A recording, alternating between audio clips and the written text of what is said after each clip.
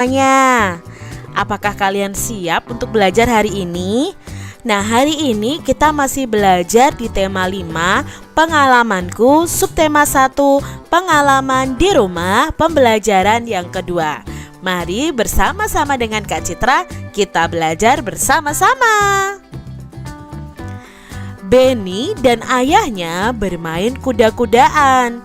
Benny menirukan posisi kuda. Posisi kuda yang diperagakan oleh ayahnya. Adik-adik, apakah kalian pernah bermain bersama dengan orang tua kalian? Pasti rasanya sangat menyenangkan ya. Perhatikan gambar berikut ini. Ada beberapa gerakan bertumpu dengan tangan.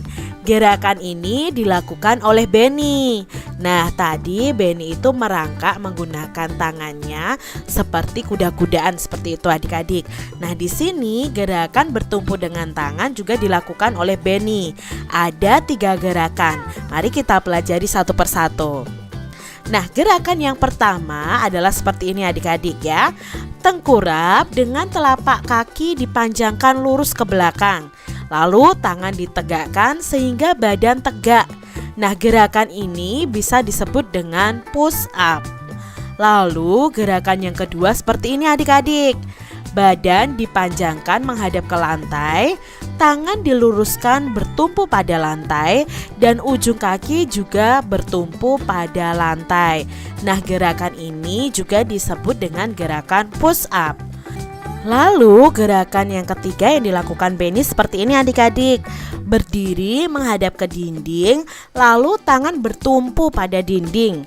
Badan condong pada dinding, kemudian tangan ditekuk, lalu diluruskan kembali. Gerakan ini disebut dengan gerakan mendorong tembok. Nah, ketiga gerakan tadi itu melatih kekuatan otot tangan kita adik-adik. Benny melanjutkan permainan kuda-kudaan. Benny menjadi anak kuda. Kaki Benny menyenggol guci saat merangkak.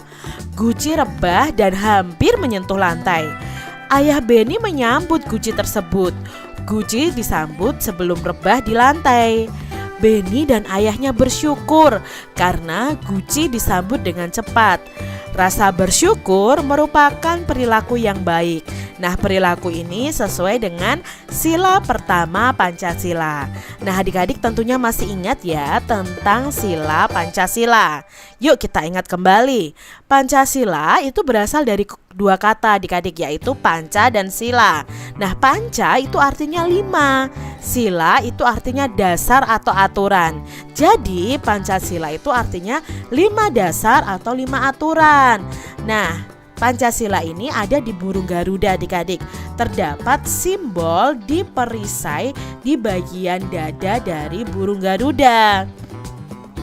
Nah, di burung Garuda sendiri dalam perisainya itu ada simbol yang sesuai dengan sila-sila Pancasila. Contoh simbol yang pertama yaitu bintang, bunyinya ketuhanan yang Maha Esa. Lalu simbol rantai bunyinya kemanusiaan yang adil dan beradab. Lalu ada yang ketiga adalah pohon beringin, bunyi silanya adalah Persatuan Indonesia. Dan sila keempat adalah kepala banteng, bunyinya kerakyatan yang dipimpin oleh hikmat kebijaksanaan dalam permusyawaratan perwakilan. Dan yang terakhir itu adalah simbol padi dan kapas, bunyinya keadilan sosial bagi seluruh rakyat Indonesia. Nah, kita lihat satu persatu nih. Sila pertama simbolnya bintang seperti ini. Lalu sila kedua simbolnya rantai emas ya. Sila ketiga itu pohon beringin. Dan sila keempat ada kepala banteng. Lalu sila kelima adalah padi dan kapas. Tentunya adik-adik sudah hafal ya bunyi dari sila Pancasila. Nah, adik-adik, sila pertama itu adalah ketuhanan yang Maha Esa. Contoh penerapan sila pertama Pancasila adalah seperti gambar ini. Berarti berkaitan dengan kegiatan ibadah kita. Karena kegiatan yang berhubungan dengan ketuhanan. Itu adalah penerapan sila pertama. Contohnya beribadah sesuai dengan agamanya. Tadi Beni juga bersyukur. Nah, bersyukur itu termasuk dalam contoh penerapan sila pertama Pancasila. Nah, adik-adik, di Indonesia sendiri ada 6 agama, yaitu Islam, Kristen, Katolik, Hindu, Buddha, dan Konghucu. Nah, contoh sila pertama yang kita lakukan di rumah nih adik-adik ya, yang bisa kalian lakukan di rumah: beribadah bersama keluarga, berdoa bersama keluarga, berdoa sebelum makan, sebelum tidur, sebelum belajar, mengucapkan rasa syukur, berteman walaupun berbeda agama dengan siapapun, tidak menjelek-jelekan agama orang lain. Itu adalah contoh penerapan sila pertama. Nah, saat berdoa dan beribadah, kita harus bersungguh-sungguh karena kita berdoa kepada Tuhan adik-adik. Jadi jangan sampai kalian misalnya pergi ke masjid atau ke gereja atau ke pura, wihara, ke kelenteng, kalian malah bercanda, kalian tidak serius berdoa. Perhatikan gambar berikut. Nah, gambar-gambar tersebut itu mencerminkan sila Pancasila. Berikan tanda centang pada gambar yang menunjukkan sila pertama Pancasila. Yang pertama adik-adik, berdoa sebelum makan. Apakah ini menunjukkan sila pertama Pancasila? Iya adik-adik, ini menunjukkan sila pertama pada Pancasila. Lalu yang kedua adik-adik, bergotong royong. Tidak ya adik-adik ya. Yang ketiga, bermain atau memberi kesempatan kepada teman untuk beribadah. Bermain dengan semua teman walaupun berbeda agama. Apakah ini menunjukkan sikap yang sesuai dengan sila pertama? Iya adik-adik. Lalu yang keempat, beribadah di pura ya. Ini untuk umat agama Hindu. Apakah ini menunjukkan sila pertama? Iya adik-adik, ini menunjukkan sila pertama. Kalau yang gambar nomor 5 adik-adik, apakah bermusyawarah, berdiskusi itu menunjukkan sila pertama Pancasila? Nah, tidak ya adik-adik ya. Lalu gambar yang ke-6 nih, berdoa untuk orang yang meninggal. Nah, di sini apakah sesuai dengan sila pertama Pancasila? Iya, ini sesuai dengan sila pertama Pancasila. Adik-adik, Beni bersyukur loh karena guci tidak pecah. Beni minta maaf kepada ayahnya. Pernahkah adik-adik melakukan suatu kesalahan? Pasti pernah ya adik-adik ya. Apa yang dilakukan setelah kalian melakukan kesalahan? Tentunya kalau kalian setelah melakukan kesalahan itu kalian harus meminta maaf. Apakah kamu pernah meminta maaf adik-adik? Kak Citra berharap kalian pernah ya meminta maaf saat kalian melakukan kesalahan. Coba lakukan minta maaf itu dengan sopan, dengan baik ya. Kalau kita meminta maaf kepada orang lain harus dengan sopan. Nah, adik-adik, di sini ada percakapan Beni dan ayahnya. Ayah, Beni meminta maaf, kata Beni. Meminta maaf tentang apa? Tanya ayah. Karena Beni kurang hati-hati, jawab Beni. Ya nak, ayah maafkan. Beni lain kali harus hati-hati ya, kata ayah. Ya ayah, jawab Beni. Ayo main kuda-kudaan lagi, ajak ayah nih adik-adik. Aku ingin menjadi anak kuda lagi, jawab Beni. Baiklah jagoanku, kata ayah. Nah, di sini kita bisa melihat bahwa Beni mengucapkan kalimat minta maaf dengan baik dan sopan.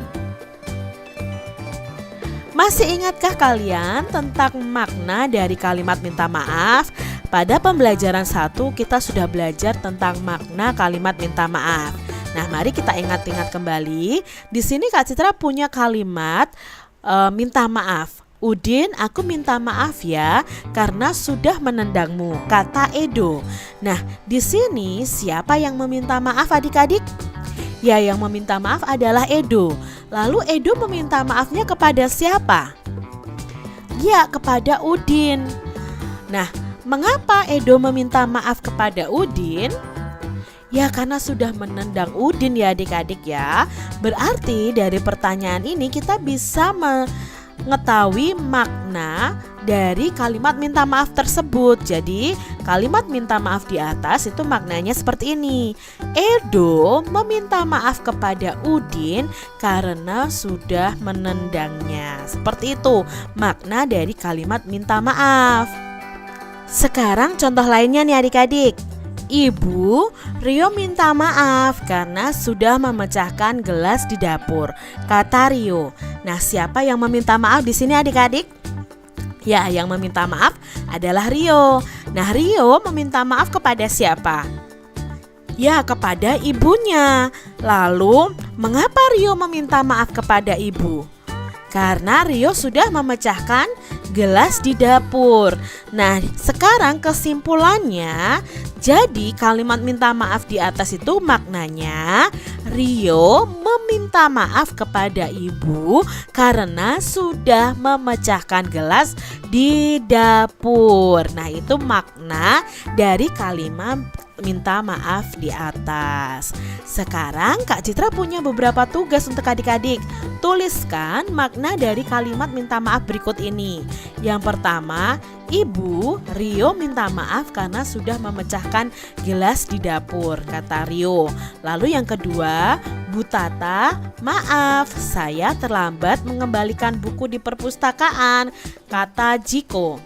Yang ketiga, maaf Pak Guru, saya datang terlambat ke sekolah karena saya bangun kesiangan, kata Siti. Yang keempat, Benny, saya minta maaf karena mematahkan pensilmu yang aku pinjam, kata Edo. Coba adik-adik tuliskan ya makna dari kalimat minta maaf tersebut di buku tulis kalian masing-masing. Demikian tadi adik-adik pembahasan kita di tema 5, subtema 1 pembelajaran yang kedua. Semoga